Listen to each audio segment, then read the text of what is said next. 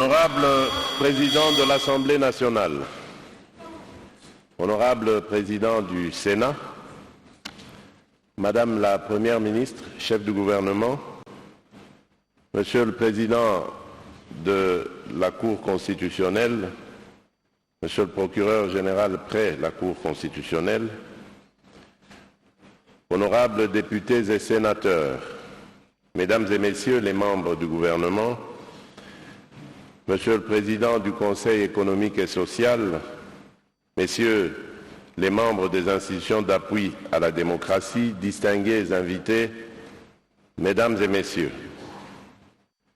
c'est avec une profonde et une grande attente que je suis devant vous aujourd'hui à l'occasion de l'ouverture des États généraux des entreprises du portefeuille de l'État.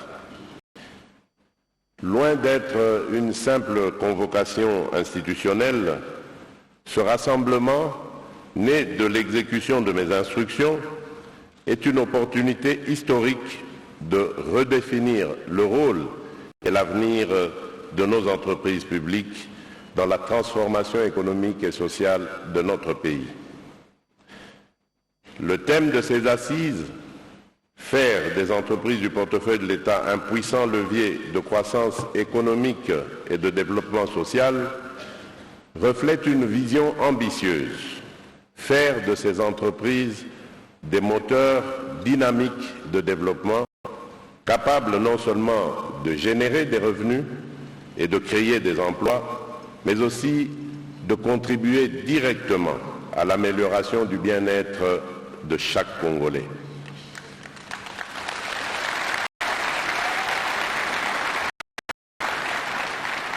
Distingués invités, Mesdames et Messieurs, la République démocratique du Congo, riche de ses ressources naturelles exceptionnelles et de son capital humain jeune et dynamique, détient seule les clés de son avenir.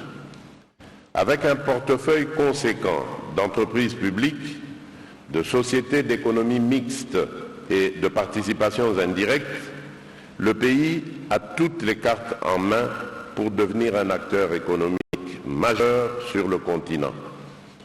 Cependant, ces atouts restent largement sous-exploités, entravés notamment par des pratiques obsolètes héritées du passé qui freinent leur plein potentiel.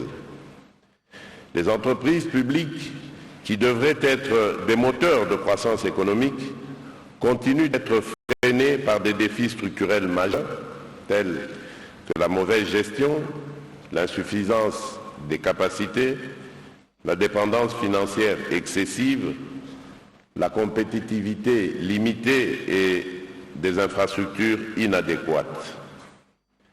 La gouvernance des entreprises du portefeuille de l'État souffre depuis longtemps d'un manque de rigueur, ouvrant la voie à des dérives qui entravent la performance. Je ne peux passer sous silence les pratiques peu recommandables auxquelles s'adonnent certains dirigeants des entreprises publiques. Ces comportements, souvent exacerbés par des rivalités internes, mettent en évidence des luttes de pouvoir entre présidents du conseil d'administration et directeurs généraux, entre directeurs généraux et leurs adjoints, entre conseil d'administration et comité de gestion ou encore entre délégations syndicales et comités de gestion.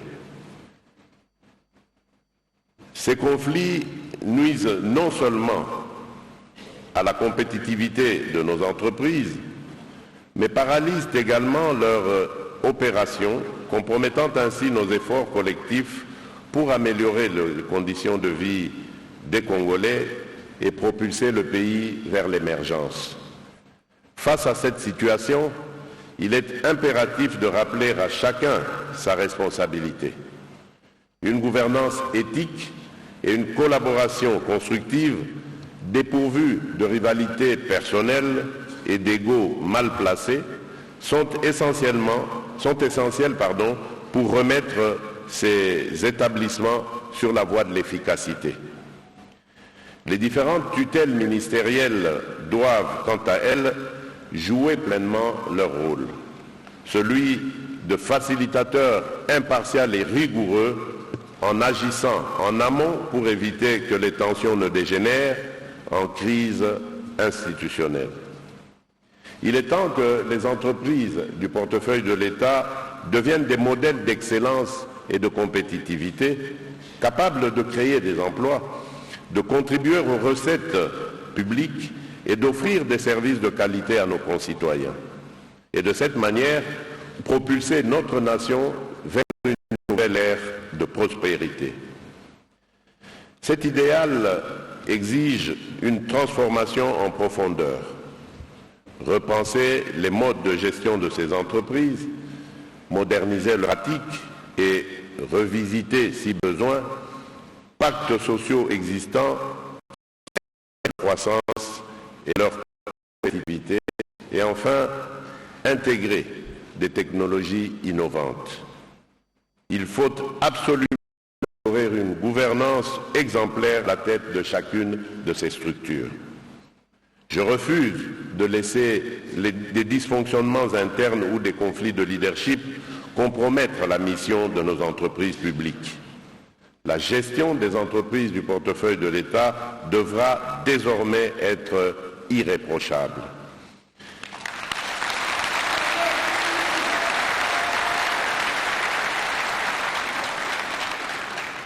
Les dirigeants doivent incarner un leadership visionnaire, faire preuve d'un sens élevé de responsabilité, assurer une transparence exemplaire et atteindre des résultats concrets et mesurables. Le ministre du portefeuille ainsi que tous les ministres sectoriels ont reçu de moi des instructions fermes quant à la nécessité de garantir un climat de sérénité au sein des entreprises du portefeuille de l'État et des établissements publics, en veillant au respect des principes de bonne gouvernance et à la préservation de leur stabilité. Dans ce même ordre d'idées, la lutte contre la corruption et l'impunité ne sera plus un simple discours. Elle est au cœur de mon engagement. Bien que des mesures aient déjà été mises en place par le gouvernement pour renforcer cette bataille, il est impératif d'insuffler une dynamique nouvelle, notamment au sein des entreprises du portefeuille de l'État. Les ressources nationales doivent servir les intérêts collectifs et non être détournées au profit de quelques-uns.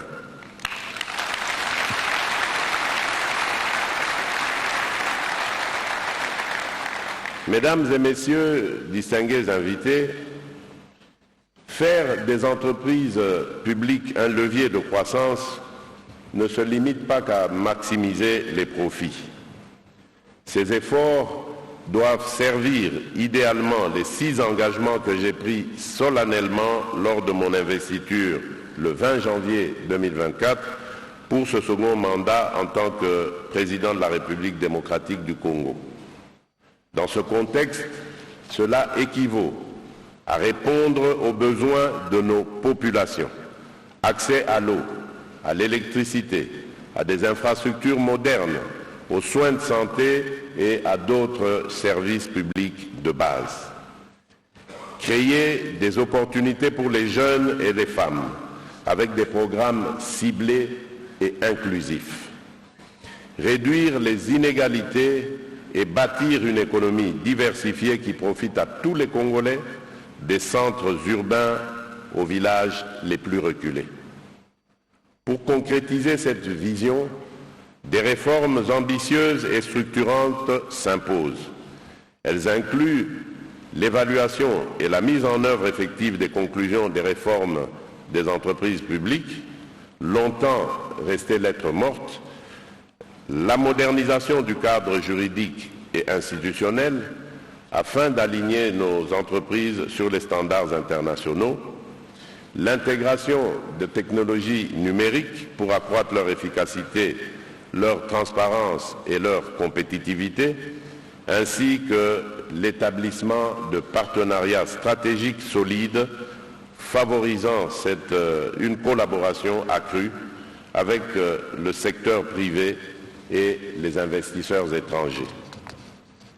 Mesdames et messieurs, distingués invités, Nous avons devant nous une opportunité unique, transformer nos entreprises publiques en véritables piliers d'une République démocratique du Congo prospère, juste et inclusive. Cela exige de chacun d'entre nous un engagement ferme, des actions concrètes et une volonté inébranlable de faire de notre nation un modèle de prospérité en Afrique. Il est temps de dépasser les cycles interminables de forums et d'états généraux. Je vous invite donc à aborder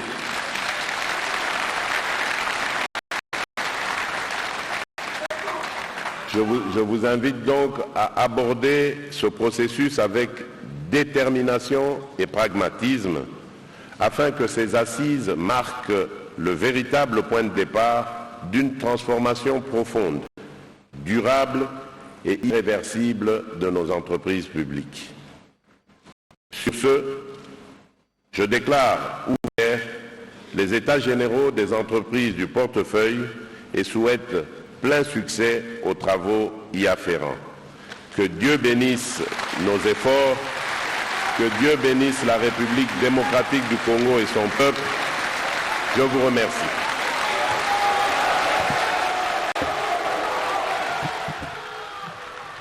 Ainsi qu'enfin, la première...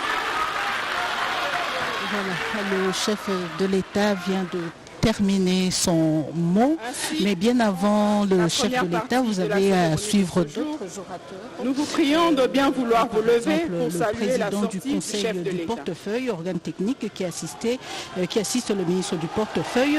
Vous avez également suivi lui-même le ministre du portefeuille, Jean-Lucien Boussa, qui a évoqué plusieurs facteurs qui retardent la puissance des entreprises du portefeuille. Et enfin, le président qui lui-même avait donné des instructions pour que se tiennent la parole à les états généraux du portefeuille.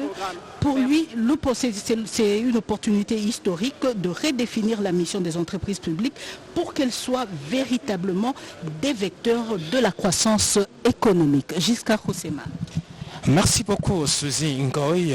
Le discours d'orientation du président de la République donne déjà une idée sur l'état de santé des entreprises du portefeuille de l'État. Bref, les choses ne sont pas telles qu'elles devaient l'être. Le président de la République a donné quelques exemples de dysfonctionnement et de tous ces problèmes qui minent, qui ruinent justement les entreprises du portefeuille de l'État. Il a parlé de la mauvaise gestion, il a parlé de l'insuffisance de capacité managériale, de la compétitivité limitée et surtout des infrastructures. Un constat qui s'ajoute à celui dressé par le ministre du portefeuille qui, lui, a parlé aussi du vieillissement du personnel, des infrastructures qui ne répondent pas pratiquement aux défis démographiques, parce que ce sont des entreprises qui ont beaucoup de personnel, problèmes de gestion, mais aussi des conflits internes. On a donné cet exemple de rivalité interne entre le président du conseil d'administration et son directeur général, le directeur général et le directeur général adjoint, la direction générale et les syndicats du personnel. Bref, dans cette ambiance qui caractérise